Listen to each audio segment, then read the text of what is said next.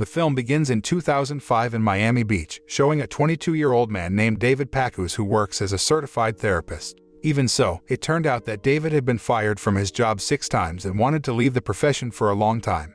David is forced to survive to earn money, even though he often gets inappropriate treatment from some of his male clients, who often tease and disrespect him.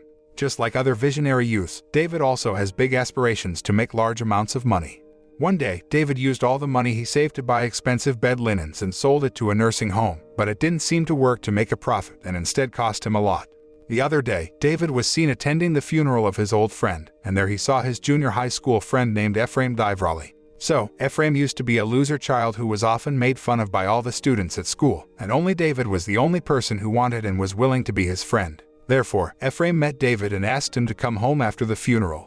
While in the car, Efraim explained that he had just been tricked and lost $70,000 by his uncle, so he planned to return to Miami Beach to start his own business. Efraim explained the business mechanism he would work on was buying confiscated weapons from police auctions and selling them on the internet, aka black market, with a pretty lucrative profit. Before driving David home, Efraim invited him to stop at the house of a cannabis dealer located in a complex of black gangsters. But when Efraim got there, the seller wasn't home, so he asked a group of gangsters who were there. Efraim then gave them some money to get some marijuana, but when he gave them the money, the gangsters ignored him and pretended not to hear him. Efraim then tried to ask politely, but one of them showed a gun in his pants as a sign for him to leave immediately. However, he instead walked backward and opened the trunk of his car. Then he took out a rifle and immediately scared the gangsters. Seeing that, David felt amazed when he saw Efraim, who seemed to teach him about life. When life hits someone, that person will fall to the ground, but not Efraim, because when life hits him, he just hits back. After getting the marijuana, David and Efraim smoked it together until they were drunk, and a few moments later, David returned to his rented house and was greeted by his wife, Is. His wife has a beautiful face and is a typical woman who is always grateful, even though she knows that David's income is not very high and he can only rent a simple house like the one they live in. Despite all of that, Is still feels very happy as long as David doesn't violate one standard rule, lying. The next morning, David was awakened by the happy and bad news, namely that Is was positively pregnant. On the one hand, he is happy but also stressed because all of his savings have gone for the business of sheets that have not sold a single one. So he was confused about where he could get money for childbirth. The scene changes, showing David and Efraim in a restaurant. There, David looks dizzy with his household's economic problems, which makes Efraim feel sorry for him. Coincidentally, Efraim also needs a work partner to start his arms sales business, so he invited David to work with him. Efraim did that not solely out of pity for David, but in Miami, he didn't trust anyone except David. Finally, David decided to accept his offer, but he reasoned to his wife that he and Efraim were doing bed sheet export business which was sent to various countries around the world. For 6 months, David was taught everything Efraim knew about their business. Efraim also explained that he no longer buys weapons from auctions and sells them on the black market but from illegal weapons suppliers and hoarders. He then sells these weapons to the military and the government by seeking open tenders through sites on the internet.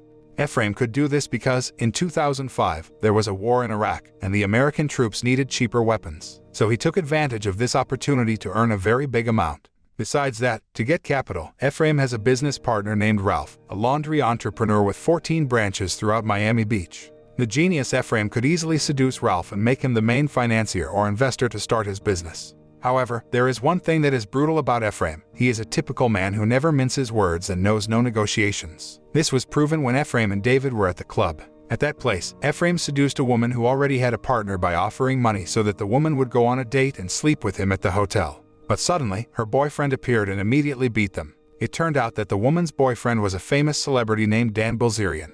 While treating bruises, David suddenly received a call from Captain Santos, a United States Army captain currently fighting in Baghdad. Captain Santos asked for a Beretta type of weapon to be sent to Baghdad in very large quantities, which is certain that the sale this time has a profit 10 times greater than their sales for the past 6 months.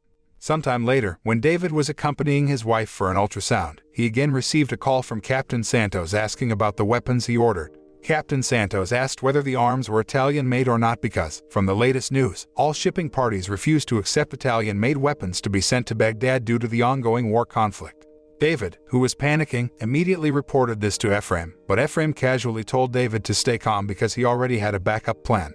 Efraim explained that he planned to send the weapons to Jordan, which is close to Baghdad, and they would send the weapons themselves from Jordan directly to Captain Santos, who was in Baghdad. The scene changes, showing Efraim and David getting ready to finish their work at the airport. Sometime later, they arrived in Baghdad. Then they met someone who could help to transport and send their order to Baghdad. After agreeing, they were told to wait for 3 days until the preparations were finished. But Efraim and David were surprised to know that they both had to send the weapons using a truck through a very dangerous war zone. Soon after, they were introduced to an amateur driver who he said had often made deliveries to Baghdad. However, because they both had no choice, David and Efraim finally headed for the death zone. When night fell, their adrenaline began racing as an Iraqi military group was on guard. Luckily, the driver knew the way through by giving them 2 packs of Marlboro cigarettes so they could continue their journey. When they arrived at the war zone, they stopped at an abandoned gas station. At that place, the driver filled himself with empty gas from the remaining tank while Efraim was urinating in the back, while David took the time to call his wife, who asked about him and the sheets he was selling. It turned out that David had lied about the trip. He confessed to his wife by saying he was on a business trip abroad to meet with several leading bed linen entrepreneurs. But suddenly, he saw 2 Iraqi army cars appearing from a distance. He immediately shouted at Efraim, who ran towards the truck, and they stepped on the gas, leaving the driver. Seeing this, the driver immediately ran with his gas tank and managed to climb into the back of his truck. The atmosphere started to tense when Efraim kept trying to speed up the truck, but the truck's gas had run out. At the same time, the driver started pouring gas into the truck's tank as he drove on.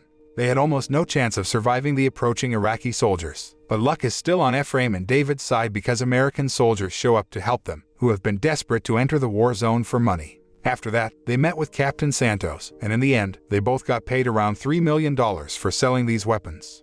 The scene changed, showing Efraim and David, who had returned from Iraq and immediately bought 2 Porsches and 2 luxury apartments in cash without credit or loans. Not long after that success, Efraim began to develop his company by giving it the official name AEY. When one of the applicants asked what AEY stands for, Efraim answered there was no meaning and said that the name AEY was just a company name to make it sound more professional. The critical applicant then expressed his opinion that the company name should have meaning. Hearing this, Efraim was annoyed, so he immediately kicked the applicants out of his office. He said that he didn't need such a critical employee. Then Efraim asked the applicants whether there were any other questions, but they fell silent.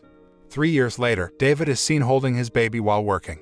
Soon after, he saw a golden opportunity when he read an open tender worth hundreds of millions of dollars, which would have made him and Efraim super rich. The tender does not require Beretta or small arms, but heavy weapons such as missiles and other heavy weapons. This was clearly not enough if they only relied on the internet and their previous network, so they went to class in Las Vegas, Nevada, to attend a weapons exhibition where the military and weapons manufacturers were present.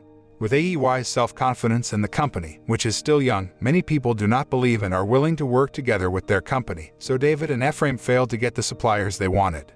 After that, Efraim chose to rest at the hotel while David went to the casino to refresh his brain. But at that place, David met a man named Henry Gerard, an arms dealer who was quite famous among arms dealers like them. David then goes to see Efraim because Henry offers them an opportunity. After that, the 3 started chatting formally, and Henry agreed to help them by passing on his connections. Shortly after, David asked Henry if he had connections, why not do it himself? Henry then replied that he was currently on the terrorist watch list, which limited his steps. So when he saw that David and Efraim wanted to do this business, it allowed him to make a profit simply by providing connections to his colleagues without having to go directly into the business.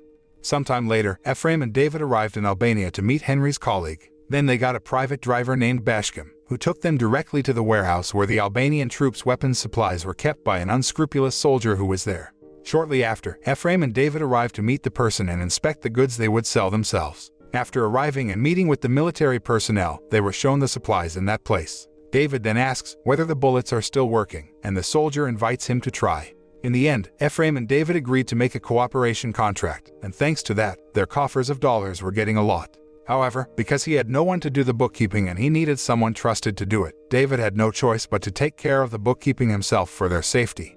2 weeks later, Efraim and David were invited by United States military purchasing officers to meet in person. However, due to a lack of confidence, they both decided to smoke marijuana to strengthen their minds when they met in person. During the meeting, the officers were both quite happy and surprised at the cheapness of their selling weapons. Efraim then asked how cheap the weapons we were selling were, and the officer replied that the price at their company was $53 million cheaper than other companies. The scene then changes, showing his choosing to return to her mother's house after knowing the lies made by David. She finds a photo of David and Efraim while in Iraq and some money under the sink. After that, David went to his office, and Efraim realized that his wife was upset, so Efraim tried to cheer him up by giving him a toy grenade with his name on it as a form of gratitude for his contribution so far. Sometime later, David was assigned alone in Albania for 8 months to oversee the shipment of AK-47 bullets in very large quantities. Luckily, Bashkim, the personal driver, still cared about him even though it was just sending him food. Unfortunately, the problem arose again when the bullets to be sent did not match what was requested or because they were made in China, and David saw that in the bullet box. David then contacted Henry, but Henry chose to just let go because he felt he was only an intermediary between them and the supplier without wanting to bother about where the bullets were made. This made Efraim and David have to rack their brains to keep their orders delivered. Fortunately, there was Bashkim who had a friend who owned a packaging factory named Enver who could repackage AK-47 bullets into cartons and send them without any brands made in China. After that, Efraim counts how much the cost is to pay Enver. However, they looked surprised because they both only had to pay around $100,000 to pack all the bullets to be sent, and that price was surprisingly much lower than it should have been. This is due to the reduced bullet weight, thus making the profit obtained much greater for shipping. One night when David was in Albania, Efraim was back in Miami Beach. Suddenly, Efraim called him, who said that Henry had been sneaky by taking more profit from the contract because it should be noted that their business with the Albanians was still under Henry's control. Efraim said that one bullet was bought by Henry at a low price but was sold to him at a much higher price, making Efraim angry and not accepting it. Moreover, Efraim is a person whose name is greedy, so he certainly doesn't stay silent and plans to terminate his contract with Henry and then intends to find another producer. Hearing about the plan, David tried to calm Ephraim's anger by saying that they could still profit from the cheap cost of shipping weapons. Besides that, he said that he was currently in Albania, and if Efraim broke his contract with Henry just like that, the Albanians and Henry's men might become angry and look for them. Afterward, he asked Efraim to stay calm and not be greedy for everything. Finally, he agreed. But when David was fast asleep, suddenly, several masked people appeared and took him to a place to meet Henry. The man apparently felt offended by Ephraim's threat to break his contract. So David had to become a victim of his selfishness, who apparently didn't listen to his advice and chose to fight Henry. Luckily, Henry didn't kill David and only left him battered. But after that incident, David decided to return to Miami Beach and went straight to his to apologize and say that he would quit this high-risk business. He also went straight to the office to meet Efraim and asked for his share because he had decided to leave and quit the business he was running. As David leaves, Ralph appears and offers to mediate between himself and Efraim. The scene then shows David, Efraim, and Ralph at the restaurant for mediation.